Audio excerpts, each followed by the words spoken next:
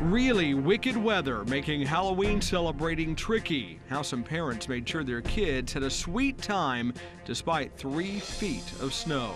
A plane with no landing gear forced to touch down with hundreds on board. How this belly landing ended.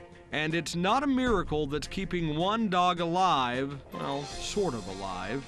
It's a new copy of the old one. Cloning your canine, where it's now being done.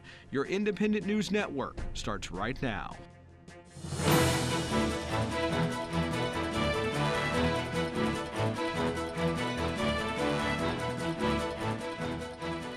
Good evening, everyone. I'm Mike Mickle. Welcome to INN News. They're still shoveling out in the Northeast after some really wicked Halloween weather. Some parts of Massachusetts saw 3 feet of snow. More than 1 million are still without power. But the lack of power didn't keep Halloween from going on in one Boston suburb. In Wayland, parents had a trick up their sleeves.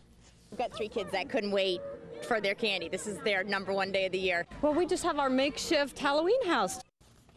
Parents decorated their cars, and for 2 hours, dozens of wizards and witches scrambled amongst the 50 cars for trunk or treating. Many kids say it was better than having the day postponed, or even scarier, having it canceled. Well, from too much snow to too much rain, parts of South Florida are dealing with heavy flooding. About 50 units in this Fort Lauderdale apartment complex were damaged. Also, a high school in the city had to close with the majority of the campus underwater. The Red Cross has set up shop in a nearby park to help those in need. Fortunately, the rain is clearing out. The Coast Guard's looking into what caused a landslide along the Lake Michigan shoreline. The bluff collapsed yesterday near construction for a Milwaukee power plant. You can see trailers with construction equipment in the water. No one was hurt. The Coast Guard will remain on the scene to monitor whether that collapse polluted Lake Michigan. A Boeing 767 plane made a dramatic emergency landing today in Warsaw, Poland. It had problems with its landing gear and had to land on its belly. There were 230 people aboard the flight. No one was hurt. The no-fly zone over Libya is no more. NATO's aerial mission in Libya ended yesterday. With Muammar Gaddafi gone, the UN Security Council saw no need to maintain its mandate, which officially authorized NATO planes to protect civilians. But the mission effectively helped unseat Gaddafi from power. Meanwhile, Libya's National Transitional Council picked an interim prime minister. He says his priority is respecting human rights. He's an engineer who spent decades in the United States. There is flooding over many parts of Asia, including Vietnam. Homes are underwater, crops devastated. Rice, the major crop in Southeast Asia, may be at a shortage after heavy rains and flooding over the past few months. The UN says it is monitoring the area for serious food shortages. And that's your global news now. Well, as we reported yesterday, the world's population hit 7 billion people. As Diana Magnay reports, Germany is not part, though, of the population boom.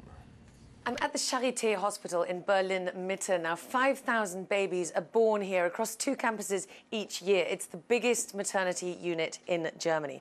But Germany has a problem. Women here are having too few babies and not too many. If you want to keep the population stable, the replacement ratio is 2.1 babies per woman. And here, women are only having 1.3. And I spoke to the head of the clinic here about why that is. This is what he said. I think they still have wrong priorities. They see jobs and career in the first line and family planning in the second line. There aren't better places that a child could grow up than in our developed country. That means that Germany is shrinking. The population is set to reduce by about 1/5 by 2060. And by that time, 1/3 of the population will be over 65. That means that an ever-shrinking workforce, ever fewer taxpayers are going to have to shoulder the pension costs, the healthcare costs of an ever-growing older population. And that, of course, has negative impacts on German productivity, on GDP figures, and on standards of living here. By the way, we want you to meet one man who's done more than any other for this milestone. He lives in India. 69-year-old Ziona is presumed to have the biggest family in the world. He has, listen to this, 39 wives, 86 children, and 35 grandchildren. We do have some sad news to report. Secretary of State Hillary Clinton's mom has died. The 92-year-old died this morning at George Washington University. Clinton had canceled a trip to London and Istanbul to be with her mother. Well, her husband isn't highly popular these days, but Americans really like First Lady Michelle Obama. The latest poll shows 63% of voters have a positive impression of her. 21% look at her unfavorably, while 16% are undecided. Mrs. Obama's approval rating from Democrats, as you might imagine, is higher, 85%. The majority of independent voters like her too, 58%. Her approval among Republicans is 42%. A Florida deputy is recovering in the hospital tonight after a head-on collision.